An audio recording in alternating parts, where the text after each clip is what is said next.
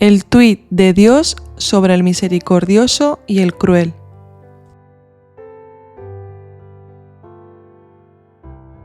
Las acciones y actitudes que expresamos hacia otros tienen su repercusión en nosotros mismos, de modo que nada de lo que hacemos hacia los demás nos resulta ajeno. El primer favorecido o el primer dañado no es quien recibe el favor o el daño, sino el que lo ejerce. Es un factor muy a tener en cuenta en nuestras relaciones horizontales, porque quien sale ganando o perdiendo es el ejecutor, de tal modo que antes de emprender un determinado curso de acción es muy importante sopesarlo. El factor en cuestión sería el siguiente: el bien hace bien al que lo practica, el mal hace mal al que lo cultiva. Se trata de una regla universal e intemporal. Esta regla significa que aunque el que hace mal espera que haciéndolo obtendrá bien, la realidad es que el mal mismo será su remuneración. Hay una acariciada esperanza por parte del que practica el mal, en el sentido de encontrar placer y resarcimiento al hacerlo.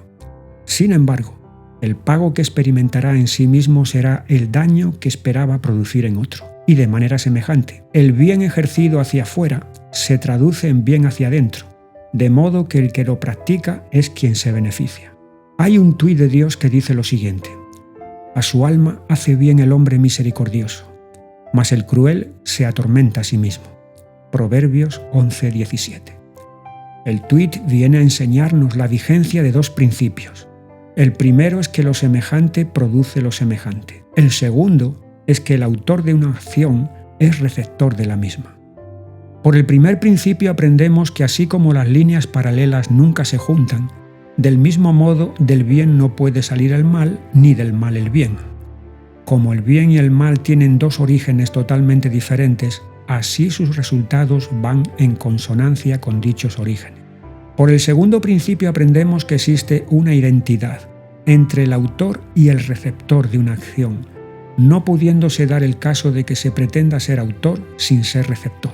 Lo que se da es lo que se recibe, y lo que se hace es lo que se recoge. Se trata de una ley que es intrínseca, es decir, aparte de que haya un juicio externo por el que se remunerará a cada uno conforme a sus obras, ya hay una operación, una norma por la cual el individuo se remunera a sí mismo.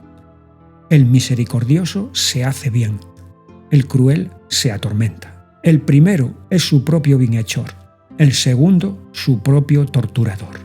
Hay un caso de hombre que quiso atormentar a su prójimo y acabó él mismo atormentado, siendo su vida un continuo padecimiento por esa causa. El ejemplo de Saúl debiera servir de aviso para no entrar en una dinámica por la que la obsesión de hacer el mal a un rival desemboque en la autodestrucción.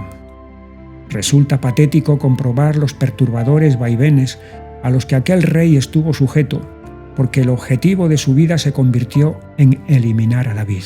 Lo implacable de su actitud hizo mella de tal manera en su propia personalidad que no pudo escapar a sus letales efectos. El artífice de su destrucción fue él mismo, ya mucho antes de llegar al suicidio. Probablemente no haya un ejemplo más claro que el suyo en la Biblia de cómo un carácter desequilibrado y compulsivo es el fruto de una acción continuada para perjudicar a otro. Al final, el perjudicador fue el perjudicado, y el que un día fuera un instrumento para Dios se convirtió en impedimento. Pero hay otro caso de hombre que, aun habiendo recibido mal por parte de otros, les pagó con bien, y al hacerlo, él mismo fue el primer favorecido. José tenía argumentos más que de sobra para tratar mal a sus hermanos y devolverles el pago que ellos le habían dado. La hora de su resarcimiento había llegado y fácilmente los podría haber destruido. Se dice que la venganza es un plato que se sirve frío, porque el vengativo la planifica cuidadosamente, no importándole que pase el tiempo y el ardor, aunque no dejando que su maligno propósito fenezca. Bien fría podía haber sido la crueldad de José hacia sus hermanos, del modo que lo fue la de ellos hacia él. Sin embargo, la grandeza de corazón de ese hombre, su perdón y generosidad, no solamente significaron la salvación para ellos, sino la salvación de él mismo, convirtiéndose en la figura clave para el plan que Dios tenía para esa familia. José no dejó que la amargura y el resentimiento hallaran cobijo en su corazón. No los alimentó ni se regodeó con ellos. Al contrario, los desechó, y al hacerlo, él mismo salió ganando. al quedar libre de las rigurosas y despiadadas reclamaciones que la amargura y el resentimiento exigen al que los alberga. Pero en esta cuestión del misericordioso y del cruel hay una dificultad y una facilidad. La dificultad reside en ser misericordioso cuando se ha recibido crueldad.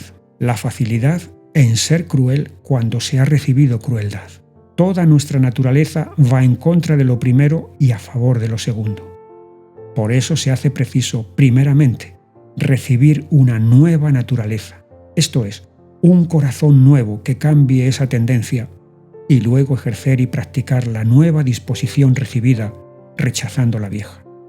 De ello depende nuestro bien.